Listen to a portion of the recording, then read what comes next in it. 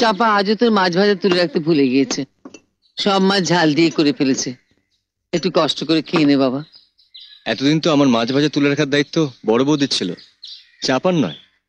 এখন তোমার বিয়ে হয়ে গেছে ভাই, তাই দায়িত্বটা তোমার বউর হাতেই চলে গেছে।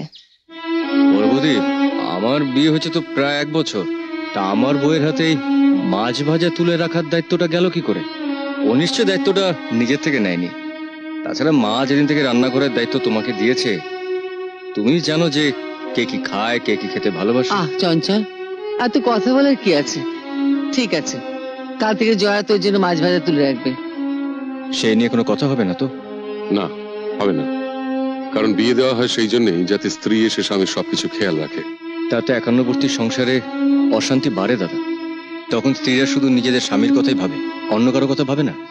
তার চেয়ে এক একজনকে এক একটা দায়িত্ব দেওয়াই ভালো। কিন্তু তোমার বউ তো কোনো দায়িত্বই নেয় না ভাই, খালি গায়ে হাওয়া লাগিয়ে ঘুরে বেড়ায়। মা, বড় বৌদি, বিয়ের পর প্রায় 2 বছর তুমিও গায়ে হাওয়া লাগে ঘুরে বেরিয়েছো, আর তখন মাই সব সামলাতো। তাছাড়া কথাটা তোমার ঠিক হলো না বড় বৌমা।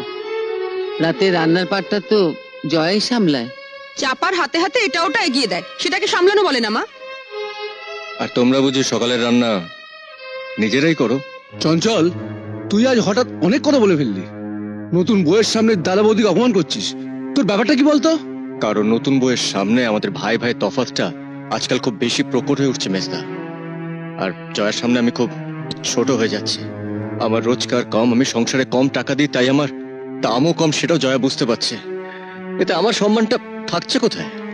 ও, সেই জন্য কি তুই এবার সংসারটা ভাঙতে চাইছিস? না, এ কথা আমি বলিনি। পরিষ্কার করে না বললেও মনেটা তাই দাঁড়াচ্ছে। তাই নাকি? নিশ্চয়ই। দেখ চঞ্চল, আজকের দিনে সবাই নিজের স্বার্থটাই বেশি করে দেখে। আপনি বাঁচলে বাপের নাম। এই সংসারে তোর চেয়ে বেশি টাকা দিয়ে তোর চেয়ে কেন বেশি সুযোগ সুবিধা পাবো না বলতে পারিস? কেন নিজেদের পছন্দ মতো খাবো না? না, খাবে না কেন? শুধু আমার জন্য একটা মাছ ভাজা তুলে রাখতে তোমাদের অসুবিধে? সেটা তোর বউয়ের দোষ। তবে একটা কথা ঠিক, তুই যখন সংসারে কম টাকা দিস তখন কায়িক পরিশ্রম করে তোর সেটা পুষিয়ে দেওয়া উচিত। পুষিয়ে তো দিই, বাজার রেশন করে। তোর বউয়েরও কিছু করা উচিত। শুধু রাত্রিবেলা কয়েকটা রুটি বেলে দিলে তো হয় না, ওতে আর ক পয়সা সাশ্রয় হয়। কি হচ্ছে কি তোদের? দাঁড়াও মা, দাঁড়াও। আজ একটা এসপার ওসপার হয়ে যাক। বলো, কি করলে, জয়া কি করলে সংসারে সাশ্রয় হবে?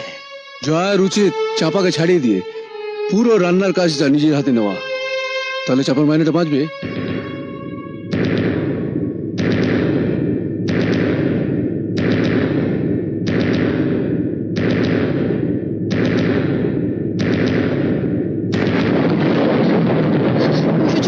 খেয়ে নাও প্লিজ। ছোটকা, চঞ্চল, মুখের ভাত ফেলে উঠতে নেই, বস খেয়ে নে। এই ভাত আমার গলা দিয়ে নামবে না মা?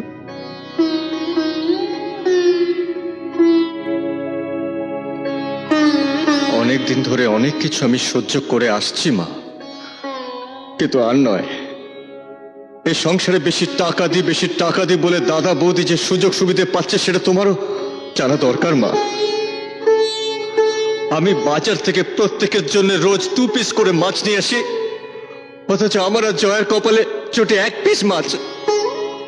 এই বাড়িতে মাংস হয়, আমরা পাই হাড়, আর বাকি সকলে খায় মাংস। রোজ সকালে আমি আর জয়া খাই বাসি রুটি, আর দাদা বৌদি খায় লুচি হালুয়া, তার সঙ্গে মিষ্টি ফল দুধ তো আছেই। কিন্তু আমি এসব নিয়ে কখনো কিছু বলিনি, কারণ ভেবেছি বললে হয়তো নীচতার পরিচয় দেওয়া হবে। কিন্তু আজ মেজদা তার চেয়ে অনেক বেশি নীচতার পরিচয় দিল, তার নিজের ছোট ভাইয়ের বউকে রাঁধুনির কাজ করতে বলে। মহাভারতে দুঃশাসন দ্রৌপদীকে বস্ত্র হরণ করে যে অপমান করেছিল, মেজদা তার চাইতে তুমি অনেক বেশি অপমান করলে জয়াকে রাঁধুনির কাজ করতে বলে।